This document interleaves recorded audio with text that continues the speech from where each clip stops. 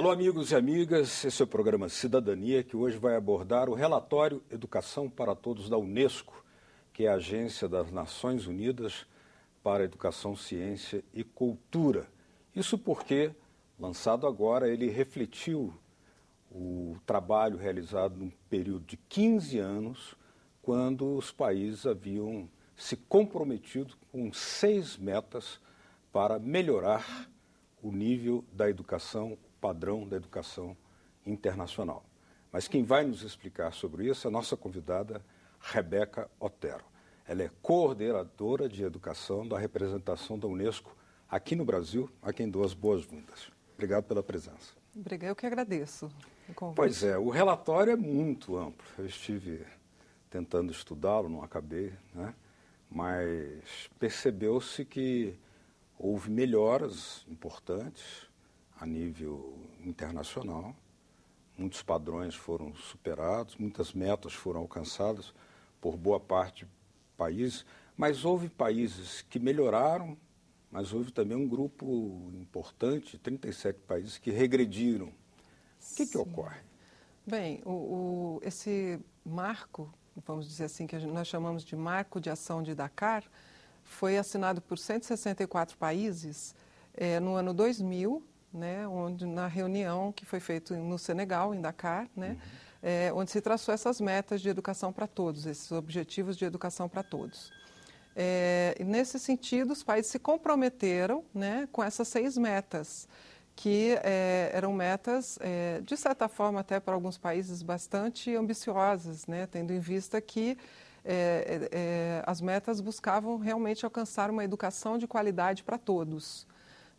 Essas metas elas foram estabelecidas e a Unesco, como coordenadora de todo esse processo, juntamente com outros parceiros das Nações Unidas, criou um grupo de monitoramento que vem desde 2002 acompanhando todos esses passos dos países, os dados dos países, para observar os avanços no sentido do alcance das metas, né? Analisando as políticas públicas. Então, esse último relatório, ele sozinho, ele não significa a análise toda. Nós temos que ver o conjunto de relatórios que veio em todo esse período, desde 2002, né? Esse conjunto de relatórios, porque cada um dos relatórios, eles têm um enfoque específico. Por exemplo, o relatório do ano passado enfocou na questão da educação profissional, na questão dos jovens, que é uma das metas, né? Tem outro relatório que tem um enfoque na qualidade, que é uma outra meta. Então, assim, nós temos que avaliar o conjunto de toda essa análise, onde tem também, além dos dados propriamente ditos estatísticos, tem toda uma descrição de várias das políticas que foram implementadas por esses países, né? Então, é toda uma análise conjuntural, política, dos dados, etc., né? É claro que tem um conjunto de países que não consegue fornecer dados suficientes, alguns deles não conseguem, né? Mas a maior parte dos países encaminham os dados para a Unesco tem condições de estar fazendo essa análise dessas informações. Nesse último relatório, então, apontou-se algumas questões interessantes, né? Nós tivemos alguns avanços em vários países.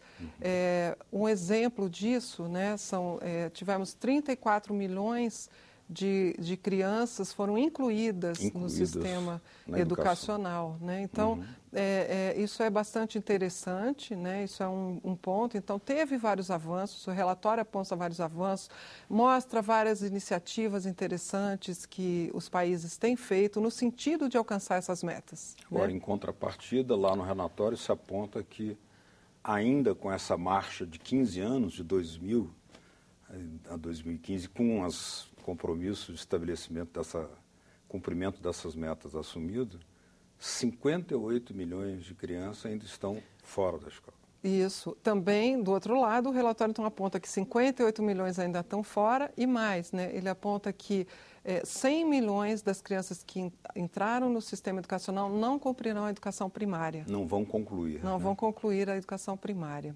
Então, são dados importantes, né? Tem um outro ponto que ele indica, a nível global, que as desigualdades aumentaram, né? Então, nós temos um aumento das desigualdades. As crianças mais pobres, elas têm 4 vezes menos chance de entrar no sistema educacional do que uma criança de um nível socioeconômico maior. E elas têm 5 vezes mais chance de não concluir a educação primária, né? Então, isso é um ponto bastante importante. Uma das metas estabelecidas, se não me engano, é a questão de erradicação do analfabetismo, ou melhoria dos processos de alfabetização plena, né? Na verdade, a meta, essa meta, ela era para reduzir em 50%, vamos dizer assim, a falha que os países tinham, né, no sentido da alfabetização. Então, por exemplo, eles tinham que reduzir a metade os analfabetos existentes naquele país, né? Então, esse é um tema interessante, porque alguns países próximos de nós, como o Equador, a Bolívia e a Venezuela, foram reconhecidos pela própria Unesco como territórios livres do analfabetismo. Conseguiram alcançar, né? Isso é um ponto bastante importante, porque eu sempre coloco, você alfabetizar uma pessoa é você trazer ela para o mundo dos direitos, né? Todo o trabalho da Unesco é pautado nos direitos humanos, né? Então, a educação é vista como um direito do cidadão, né? E para ele e a alfabetização é um direito dele, em qualquer idade que ele esteja, né? Uma pessoa de 40 anos, de 50 anos, ou de 30, ou um jovem, ele tem que ter direito à educação, até porque a educação ela abre portas para vários outros direitos, né? O direito à saúde, o direito à informação e vários outros direitos que fazem essa pessoa ter uma cidadania plena, né? Então, é muito importante os programas de alfabetização de adultos. Agora, Rebeca, que país ou que países teriam cumprido plenamente as 6 metas da Unesco? A Unesco, nós temos uma lista, a Unesco criou nessa análise do relatório um índice de desenvolvimento da educação para todos, né? Nesse índice, nós temos 57 países que têm um nível mais alto, né, de alcance das metas, tá? Agora, a ideia... Então, assim, nós temos vários países. Na América Latina, nós temos vários países, por exemplo, o Chile, o Uruguai, são países que estão dentro desses 57. México, se não me falha a memória, né, Equador. Então, tem vários países que estão... Agora, esse índice foi construído de acordo com os países que têm enviado todas as informações necessárias para a construção do índice para a Unesco, né? Porque nós temos, por exemplo, tem muitos países, alguns em especial na África, que tem uma deficiência de dados bastante grande, né? Então, às vezes torna-se complicado a análise, né? Mas não quer dizer que eles não progrediram também. Tem vários países que progrediram, né? Mesmo não tendo um sistema de informação, de estatística que seja bom, mas eles progrediram também. Agora, a senhora mencionava que entre esses países que cumpriram estaria Cuba. Então, aí o grupo de monitoramento, né, que na verdade é um grupo independente, né, que faz o monitoramento das metas independente, porque a Unesco ela é coordenadora de toda essa implementação do Educação para Todos, né? Então, ela facilita que haja um grupo externo que faça esse monitoramento, esse acompanhamento, até para ser uma avaliação mais isenta, né? Sim. Então, nesse sentido, esses países que esse grupo analisou e fez uma análise, porque assim, nós não chegamos ao final de 2015, né? Então, para você dizer que um país realmente, efetivamente, chegou a alcançar ou não as metas, né, nós tivemos que fazer uma projeção. Para os países da América Latina, né, com os dados existentes, e que tinham todos os dados existentes, a projeção foi feita para os países e o único país que consegue alcançar todas as metas é Cuba. Agora, o que nos chama a atenção, por 2 fatores, né, porque o Brasil é 6ª ou 7ª economia do mundo e não teria cumprido, por exemplo, uma meta que foi cumprida tanto por Cuba já antes, mas Equador, Bolívia e Venezuela recentemente, nos últimos anos, segundo a própria Unesco, de erradicação do analfabetismo. O Brasil não conseguiu a meta de reduzir em 50% a sua operação para a alfabetização, né? Espanta um pouco, não? Sim. Pela desproporção de recursos, tamanho, sem esquecer que aqui nasceram Paulo Freire, Darcy Ribeiro, sem dúvida. Anísio Teixeira. Eu acho que esse é um grande desafio ainda para o Brasil, né? O Brasil teve avanço, por exemplo, na faixa etária de 15 a 24 anos. A faixa etária de 15 a 24 anos tem 99% de alfabetização, isso é um ponto positivo, né? Em compensação, as idades mais avançadas, elas não têm ainda um índice desejável, vamos dizer assim, né? Eu acho que temos que progredir ainda mais. É claro que isso tem que ser um esforço coletivo entre municípios, Estado, governo federal, a própria sociedade civil, iniciativa privada, né? Porque na questão da alfabetização do adulto, há um fator bastante importante, que é a permanência desse adulto, de você conseguir fazer que o adulto permaneça na escola aprendendo, né? Porque ele está no mundo do trabalho, ele já tem outras prioridades. Então, você resgatar esse adulto, trazê-lo de volta para se alfabetizar, né? E fazer com que ele realmente siga isso até o fim, né? Então, é um grande desafio, não é fácil, é difícil. O Brasil é um país bastante populoso. O Brasil está entre os 9 países que tem o maior número de analfabetos e que é mais populoso, né? Então, assim, entre os mais populosos. Então, assim, a Unesco criou um grupo que a gente chama o E9, né? Que é um grupo que tem se ajudado para poder alcançar essa meta, né? E aí inclui alguns países, não me lembro todos, mas Índia, o próprio Brasil, o Paquistão. Então, tem alguns países realmente que têm uma população grande, que tem uma população grande de analfabetos. Eu acho que eu acho que se o Brasil fazer um esforço bastante conjunto de toda a sociedade, acho que a gente consegue alcançar a meta, né? Eu não acho que é impossível. Agora, temos que priorizar essa questão da alfabetização dos adultos. Agora, eu li no relatório também que o Brasil não alcançou aquela meta de educação na primeira fase, primeira infância, né? Atendimento escolar na primeira infância. Bem, vocês apenas dizem que não alcançou ou dizem por que também isso não foi alcançado? O que diz o relatório? Olha, aponta causas também?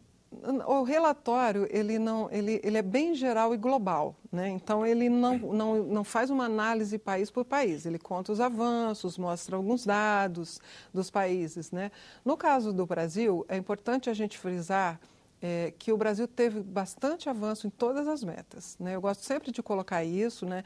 Então, muitas vezes a manchete sai, Brasil não alcançou a meta, né? E assim, muitas vezes a gente parece que não fez nada, e não é verdade. O Brasil tem buscado atender todas as metas, tem trabalhos e programas colocados para todas as metas, né? Mas, assim, para você alcançar na totalidade essas metas, em especial a de educação infantil, é bastante complexo. Um dos indicadores que o próprio grupo de monitoramento preconiza para essa meta é o indicador de frequência na pré-escola, 4 e 5 anos, né? E o Brasil já está praticamente quase lá, né? Quase. Se a gente chegar a atualizar os dados até 2015, ele vai chegar no objetivo nosso, que era 80% das crianças matriculadas. 80%. Né? Isso, o presidente do INEP mostrou um dado um pouquinho mais atualizado do que estava no relatório do Brasil, né? E já está dizendo que chegou em 80%. No entanto, a gente ainda tem também muitas... tem as crianças de 0 a 3 anos, que a gente tem que ampliar um pouquinho a questão das creches, do atendimento a essas crianças, porque a meta, ela fala da educação infantil, em especial, e do cuidado na primeira infância, né? Então, temos que avançar um pouquinho mais nisso. Eu acho que o Brasil brevemente vai alcançar a universalização da pré-escola. É uma meta que depende dos municípios, em especial, porque está na responsabilidade dos municípios a implementação da educação infantil, né? Então, muitos têm que criar infraestrutura, por exemplo, de creches, né? De pré-escola, contratar novos professores, aí muitos também esbarram um pouco na lei de responsabilidade fiscal, porque não posso aumentar a folha, né? Aquelas questões todas que a gente conhece. Então, é um trabalho, a gente tem que pensar que eu gosto muito de ver os avanços, sabe? De ver do lado positivo, porque o Brasil é um país continental, veja bem, nós temos a Amazônia, nós temos São Paulo, com aquele centro urbano enorme, grande, maior, né? Assim, tem a segunda maior frota de helicóptero do mundo. Exatamente, né? Segunda maior frota de helicóptero, tem uma periferia enorme, tem vários pontos. De abastecimento de água. Exatamente. Então, tem várias questões que a gente tem que analisar, né? Por isso, cada país tem a sua especificidade, né? E é importante que a gente contextualize isso quando a gente fala na questão das metas. As metas, o mais importante delas é que elas são um horizonte a seguir. Ou seja, é como se a senhora estivesse me dizendo assim, o Brasil melhorou muito, progrediu, ainda não alcançou algumas, a totalidade mas não houve regresso, não houve retrocesso. O Brasil não houve piora nos indicadores brasileiros. Exatamente. O Brasil avançou, precisa avançar mais. Deve avançar né? mais. E acho que estamos nos preparando para isso. Hoje a gente já está pautando a educação, a sociedade brasileira já fala de educação, né? Um tempo atrás, há 15 anos atrás, 2000, nós falava muito de educação, não é verdade? Hoje em dia, nós temos a sociedade falando, se você pergunta ao brasileiro qual é a prioridade que deve ser colocada para o Brasil, a educação entra entre as primeiras, né? Então, isso já é muito bom e eu acho que o Brasil ele está despertando para a educação e já temos o slogan Brasil Pátria Educadora, então é ótimo isso, porque isso traz essa discussão motivação, e motiva, né? Agora, é preciso ter investimentos, é preciso ter boa gestão, é preciso priorizar o que é mais necessário, né? Então, o Brasil avançou em todas as metas, em algumas mais, em outras menos, mas precisamos avançar ainda muito mais, né? Por exemplo, uma das metas que o Brasil alcançou, né, foi aquela em relação a oferecer uma educação que inclua sexo masculino e feminino. A né? paridade e equidade de gênero. Paridade entre gêneros. Né? Isso. Quer dizer, essa é uma meta alcançada. O Brasil ele alcançou a universalização da educação primária, isso a gente já tem, ou seja, todas as crianças brasileiras, elas têm acesso à educação primária, elas conseguem uma vaga na escola, elas conseguem entrar na escola. Nós temos a questão da paridade de gênero concluída, assim, todas as meninas e meninos elas conseguem ter acesso à educação primária, né? Então, isso não é um problema para o Brasil alcançou, né? É claro que precisamos discutir a questão de discriminação de gênero, equidade de gênero, que não é muito forte no Brasil. Melhoria na formação dos professores também. Melhoria na formação para esse item, exatamente. Os professores têm que estar preparados para discutir, para levar esse assunto para a sala de aula. Isso vai ser sempre, em qualquer país, importante discutir e colocar na formação. Claro, desigualdades culturais, exatamente, tudo isso entra. Então, mas no geral, essas duas metas o Brasil alcançou na totalidade, né? E com relação às outras, né, nós temos a meta de qualidade, é um grande desafio, porque o Brasil ele tem uma exclusão intraescolar grande, né? Ou seja, a criança entra no sistema escolar, mas não aprende, né? Nós temos também um nível de conclusão ainda, de certa forma, baixo, né? Para o que nós gostaríamos. Então, todos esses aspectos ainda precisam ser trabalhados. Para a Unesco, a formação do professor é central para isso. A formação do professor é muito importante, e desde a formação inicial, na universidade, os cursos de licenciatura, etc. Então, precisamos preparar melhor nossos professores para enfrentar esse jovem, esses desafios da educação. Porque hoje você vê, a educação, o professor, ele tem que trabalhar vários aspectos. Hoje nós temos problemas sociais que acabam entrando na questão escolar. Por exemplo, a violência. A violência é um problema social que acaba tendo que ser trabalhado pelo professor dentro da escola, né? Então, esse é um ponto bastante importante. Então, para você conseguir aquela qualidade desejada realmente dentro da questão da educação, nós temos vários aspectos a serem trabalhados ainda. A questão da infraestrutura, óbvio que nós temos lugares que têm uma infraestrutura fantástica e outros que têm uma infraestrutura mais deficitária. Então, nós temos que aprimorar esses locais. Agora, o relatório ele vem acompanhado de recomendações específicas para aquelas metas não alcançadas? Ele vem acompanhado de recomendações. É claro que são recomendações a nível global, né, bem gerais.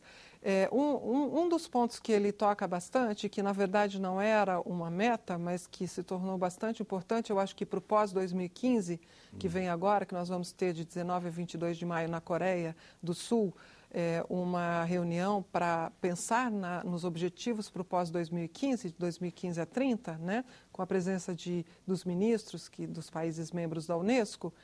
E, então, assim, é importante, um dos pontos é a questão do investimento, do financiamento da educação.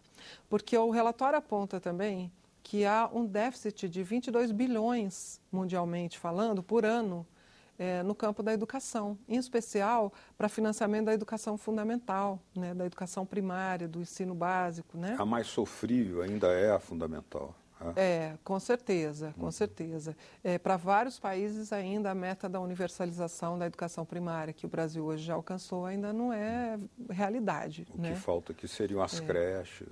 Aqui a gente houve uma lentificação no processo de construção de creches em relação à meta prevista Isso, acho que, por exemplo, governo. Creche, o próprio Ministério já aponta, né, que houve um crescimento bastante grande no número de creches. Né? Mas a meta estabelecida pelo próprio governo... Na verdade, para a análise desse indicador, não foi estabelecido um indicador relacionado a número de creches, o aumento, até porque esse aspecto para muitos dos países, em especiais, é muito longe, é muito distante. Então, focou-se mais na educação da pré-escola, né, de 4 a 5 anos, que atingiu 80% das crianças frequentando escola na idade de 4 a 5 anos, na pré-escola. Ou seja, melhorou. Isso, e o Brasil praticamente já está quase lá, né, já está lá, segundo os novos dados aí do INEP. Boa notícia. Bom, gostaria de agradecer a sua presença aqui, Rebeca Otero, diretora de Educação da representação da Unesco aqui no Brasil. Muito obrigado. Eu que agradeço. Né? As portas são sempre abertas aqui. Ok, obrigada. A vocês de casa que nos acompanharam, muito obrigado também pela sua atenção. Se quiserem nos mandar suas sugestões, dicas ou críticas ao nosso trabalho, por que não? Aí na tela está uma forma de fazê-lo. 0800 61 22 11, ou se quiserem baixar para copiar esse programa, os outros programas da TV Senado, também está na sua telinha aí, www.senado.leg.br/TV. Obrigado mesmo pela sua audiência. Até o próximo Cidadania. Tchau.